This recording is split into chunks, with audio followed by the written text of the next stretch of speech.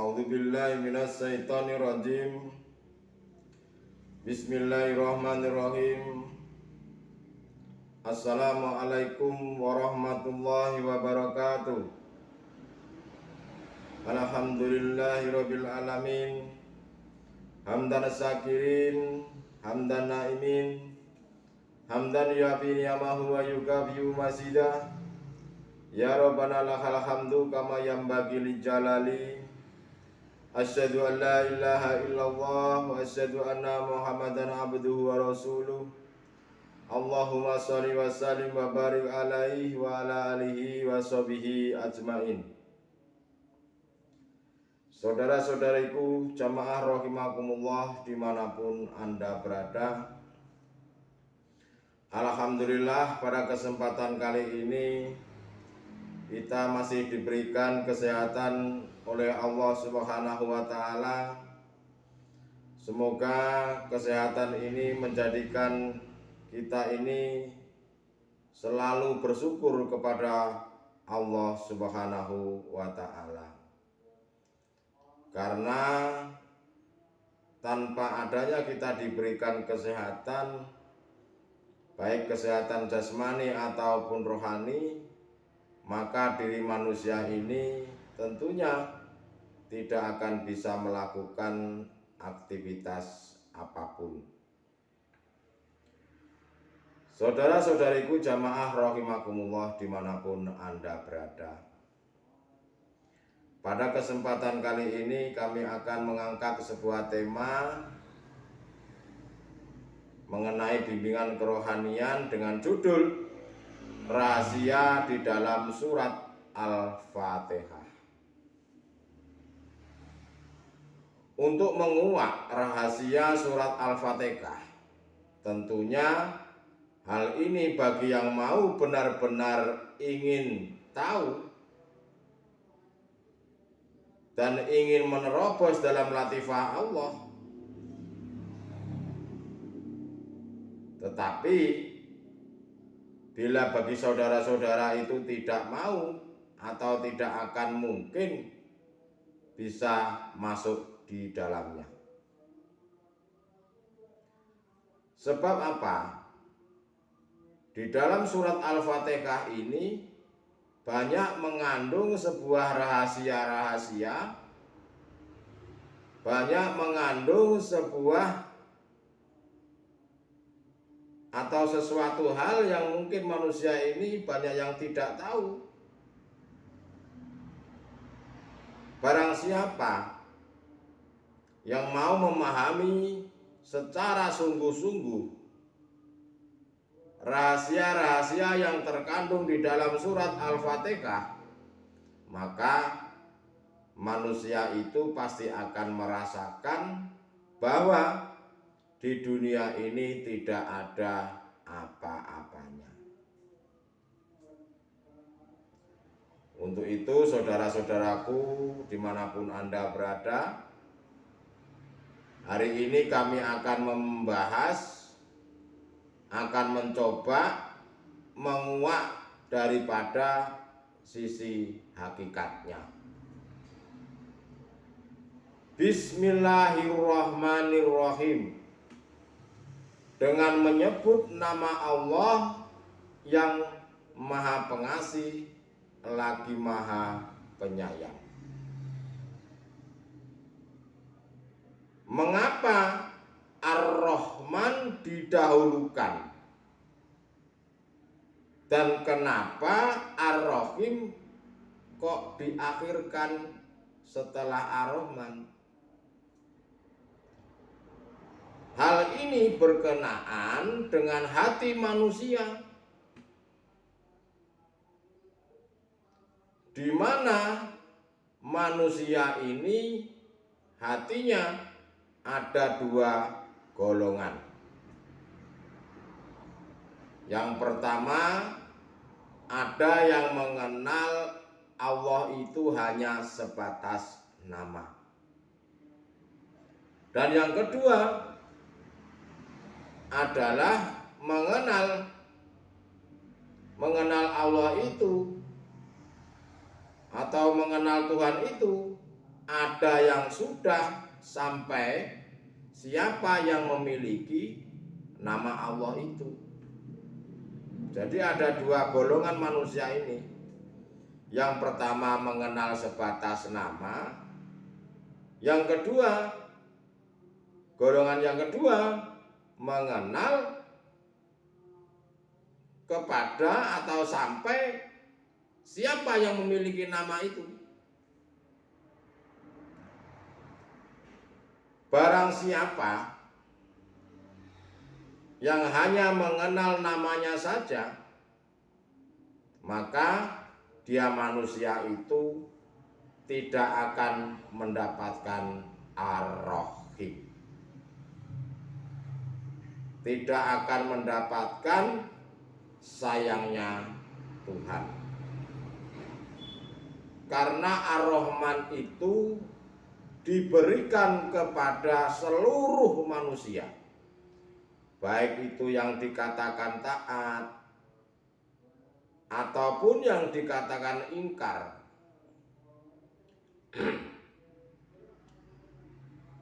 Maha Pengasih. Sifat Maha Pengasih itu diberikan kepada seluruh makhluknya, baik itu orang kafir ataupun orang yang taat. Semuanya akan diberikan. Baik yang menyekutukan Tuhan atau yang tidak, semuanya diberikan sifat Ar-Rahman tersebut. Pengasih, Maha Pengasih.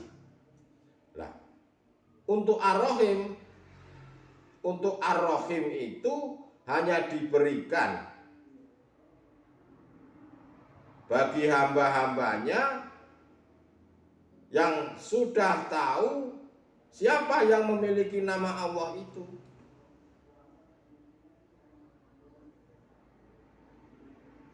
Karena sifat Ar-Rahman itu sifatnya ya diberikan kepada seluruh makhluknya.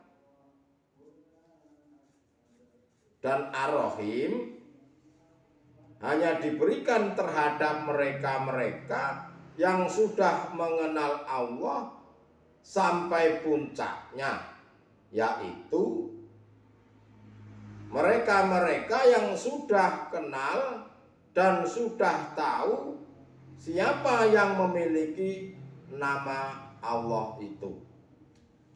Itu diberikan sifat Rahimnya. Lalu siapa yang memiliki nama Allah itu? Di mana ada sebutan nama, di mana ada sebutan nama, pasti ada yang memiliki nama tersebut. Begitu juga dengan Allah Subhanahu wa Ta'ala. Banyak manusia ini yang hanya sampai mengenal nama Allah saja. Khususnya bagi saudara-saudaraku yang umat muslim atau golongan-golongan agama Islam. Dalam bentuk apa? Kita hanya mengenal namanya saja.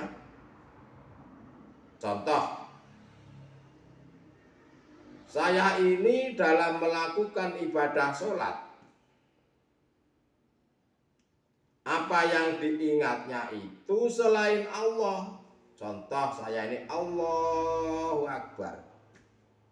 Tatkala saya sholat mengucapkan takbir, yang diingat bukan Allah tapi selain Allah. Seperti halnya saya ingat pasar, ingat pangkat, ingat barang sesuatu yang dicari hilang, dan lain-lain sebagainya. Itulah yang namanya mengingat selain Allah.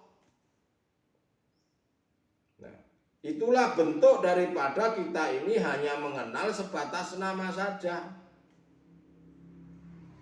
Dan itulah buktinya jika kita itu masih sekedar hanya mengenal sebuah nama. Seharusnya yang namanya menyembah tentunya harus tahu siapa yang disembah, siapa yang dihadap, harus tahu siapa kita ini menghadap, siapa yang diundang. Tentu saja harus tahu siapa yang mengundangnya. Seperti halnya saya ini diundang ke sebuah pesta pernikahan. Artinya saya tidak mengenal sebatas nama siapa yang mengundang ini, tapi saya harus tahu siapa ini yang memiliki nama ini. Harus tahu siapa yang mengundangnya, bentuknya, orangnya, rumahnya di mana, alamatnya di mana, ya saya harus tahu. Nah, kebanyakan saudara-saudara kita, khususnya untuk umat muslim, mereka mengenal hanya sebatas nama undangan itu. Tidak tahu siapa nih yang memiliki nama di dalam undangan ini.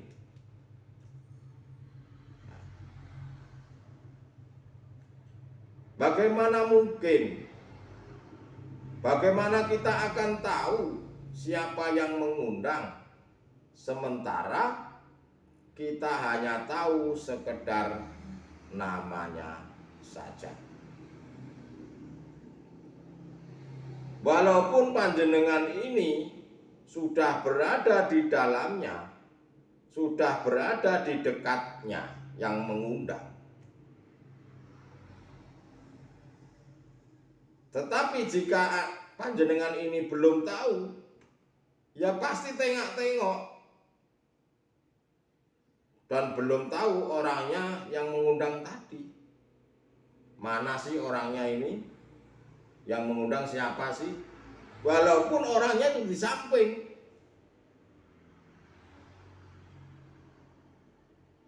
Ya itulah saudara-saudaraku, jika kita ini mengenal Tuhan masih hanya sebatas nama.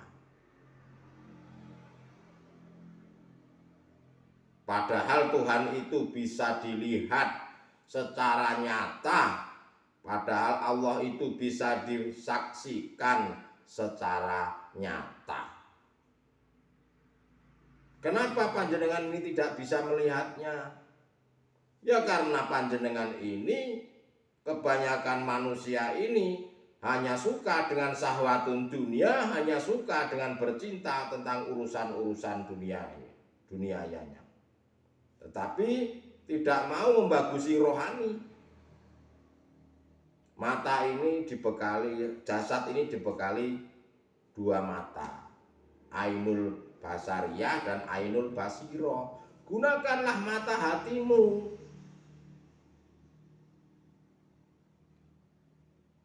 Saudara-saudariku rahimakumullah dimanapun Anda berada, sempurnakanlah iman panjenengan, sempurnakanlah keislamanmu bagi Anda yang muslim. Dan jika kita ini hanya mengenal sebatas nama dan nurul iman, kita ini tentunya bisa dibuktikan di alam dunia ini. Kalau kita masih mengenal sebatas nama, seperti halnya kita ini diundang tadi, mencari siapa yang mengundang, padahal yang mengundang sudah ada di dekatnya. Kita masih tengok-tengok. Nah, Lalu bagaimana kondisi kita nanti setelah kita ini dijemput oleh Allah, diundang oleh Allah dalam bentuk kematian? Jika panjenengan ini belum bisa melihat siapa yang mengundang tatkala di dunia, sudah pasti panjenengan akan disiksa setelah kematian jasad jasmania ini. Ya pasti ditanya man robuka. Wong orang tidak tahu siapa yang mengundangnya.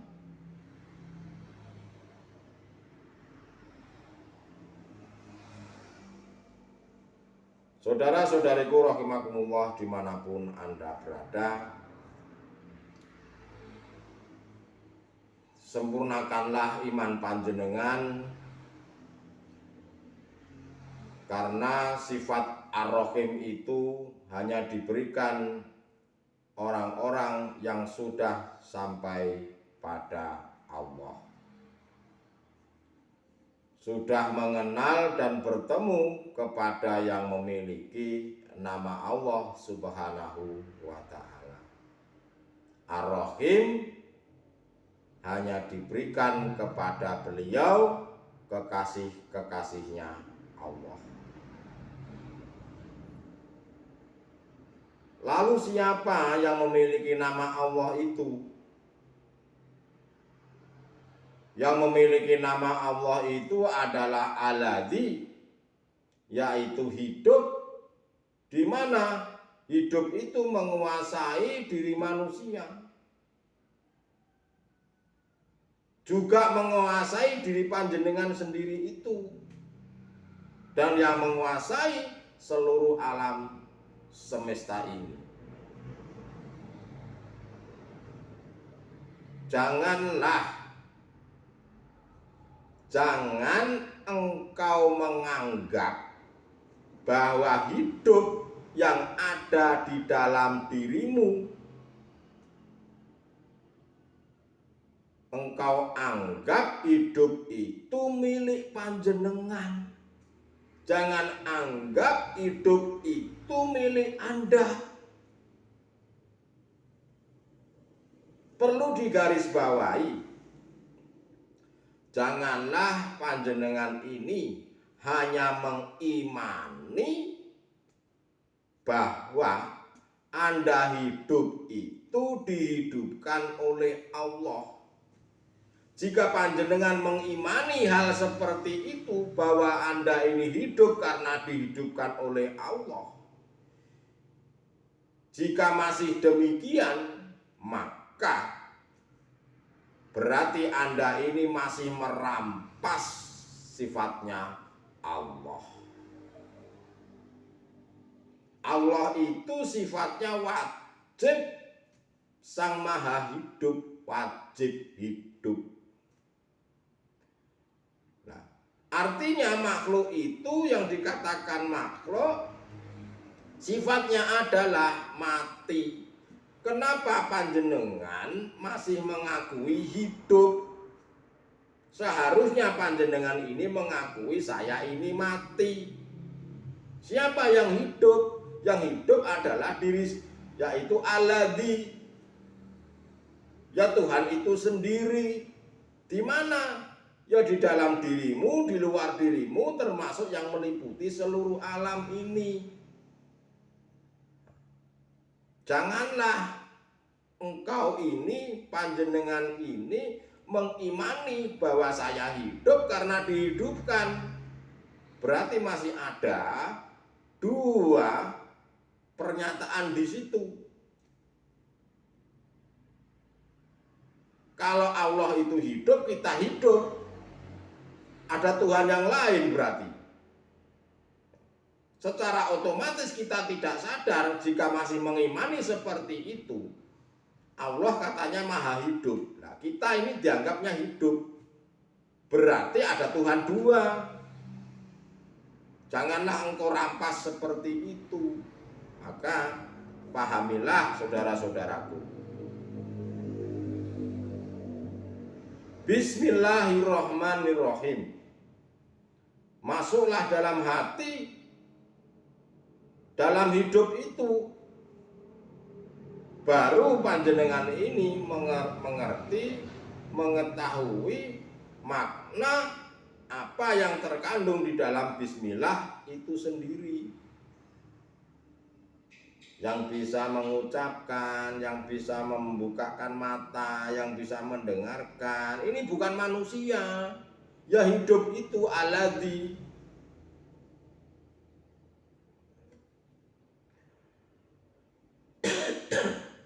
Alhamdulillahirabbil alamin. Segala puji bagi Allah Tuhan seluruh alam. Nah, panjenengan ya kita memang harus untuk bertujuan bahwa pujian itu hanya untuk Sang Maha Hidup seluruh alam ini. Tidak ada sekecil apapun yang dikatakan makhluk di dunia ini, entah benda mati atau dikatakan hidup. Itu tidak ada satupun yang tidak terkuasai oleh Tuhan. Semuanya dikuasai oleh Allah. Baik af'alnya, baik sifatnya, baik apapun, semuanya dikuasai oleh Allah. Cuman kebanyakan manusia, kebanyakan saudara-saudara kita ini mengaku-ngakui merampas sifatnya Allah, ingin menjadi Tuhan. Apa bedanya dengan Fir'aun kalau kita ini merasa bisa segala-galanya? Nggak ada bedanya dengan Fir'aun. Ar-Rahman Nir-Rahim, yang maha pengasih, maha penyayang. Sifat Rahman itu diberikan kepada seluruh makhluknya, dan Rahim itu hanya diberikan manusia-manusia, hamba-hambanya kekasih Allah yang sudah melihat, menyatakan terhadap hidup yang memiliki nama Allah Subhanahu wa ta'ala. Malik Yaumiddin, pemilik hari pembalasan, pemilik kerajaan, pemilik segala-galanya. Yang memiliki dirimu sekecil apapun itu Allah sendiri. Jangan engkau merasa memiliki. Jika panjenengan ini merasa memiliki, berarti ingin menguasai. Kalau sudah ingin menguasai, ingin segala-galanya, berarti ingin jadi Tuhan, kan begitu. Nah, itulah saudara-saudaraku makna daripada Malik Yaumiddin, pemilik hari pembalasan.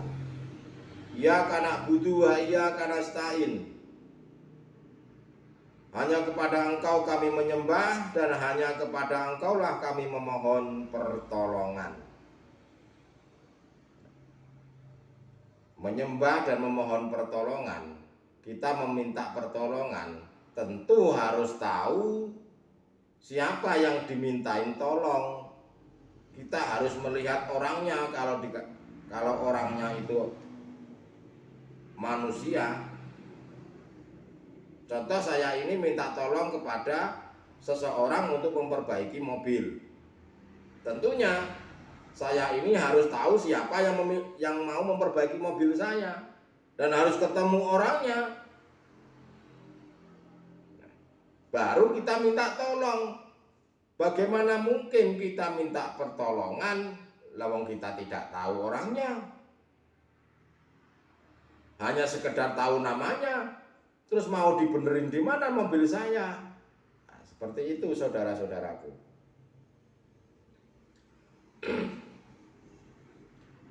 Ihdinas siratal mustaqim. Tunjukkanlah kami jalan yang lurus dan yang benar. Ya, jalan yang lurus itu yaitu jalan yang menuju Allah, tidak ada yang lainnya. Terkadang ada saudara-saudara kita ini ingin sakti, ingin melihat malaikat, ingin apalah yang sekiranya yang goib-goib itu masih di kasaf, di mukasafah. Itu bukan jalan yang lurus. Jalan yang lurus itu jalan yang menuju Allah. Ahad, Esa, tidak ada yang lainnya. Tapi kebanyakan saudara-saudara kita ini jalannya hanya mengikuti langkahnya setan, mengikuti kesenangan-kesenangan duniawiyah, hanya belajar tentang jasad jasmaniah ini saja, apalagi khususnya di dalam organisasi PSHT, hanya belajar pencaknya saja. Ngapain? Kerohaninya ini dibangun, yang bisa mengesahkan Tuhan disampaikan kepada saudara-saudara yang lainnya. Jika pelatihnya tidak peduli dengan hal ini, mana mungkin saudara-saudara yang bawah-bawahnya ini tahu. Itulah saudara-saudaraku, hal ini kami hanya mengingatkan. Tetapi bagi yang mau diingatkan, tetapi kalau tidak mau ya terserah. Tunjukkanlah kami jalan yang lurus, yaitu ihdinas siratal mustaqim.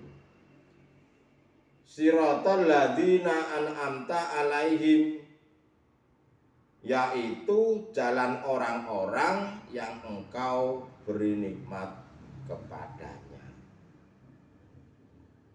Siapa yang diberikan nikmat ini? Yaitu orang-orang yang diberikan hidayah, termasuk orang-orang seperti panjenengan yang melihat seperti ini, mau mengamalkan, mau mempraktekkan supaya kita bisa sampai pada Allah. Nah, itulah golongan orang-orang yang diberikan rohimnya Allah, diberikan sayangnya oleh Allah. Itulah nikmat yang luar biasa, yang tidak bisa dibelikan oleh sesuatu apapun. Dunia dan seisinya ini loh, kalau dijual, dibelikan kenikmatan kita ini sampai pada Allah, itu tidak terbelikan.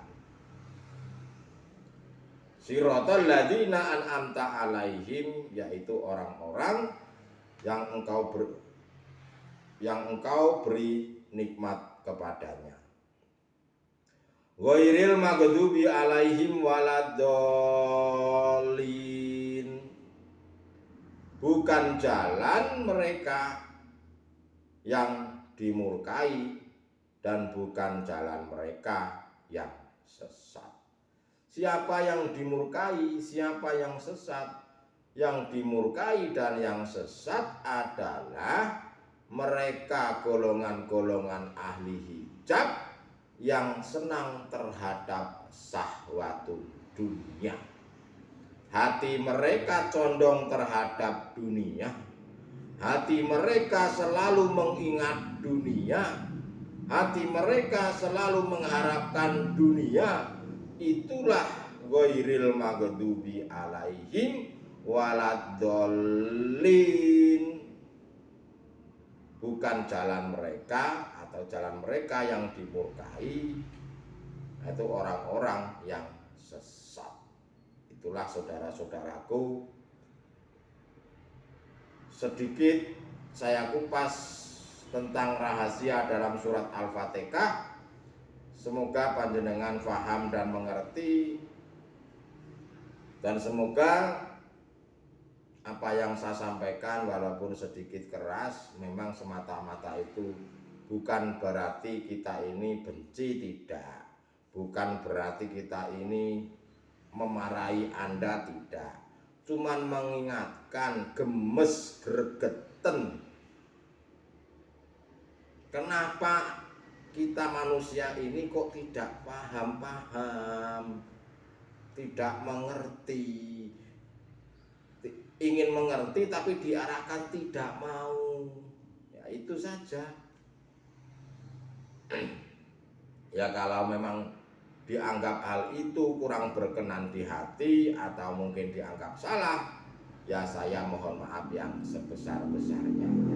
Tetapi perlu diketahui hal ini kami sampaikan hanyalah atas izin Allah, hanya atas perintah Allah Subhanahu wa ta'ala.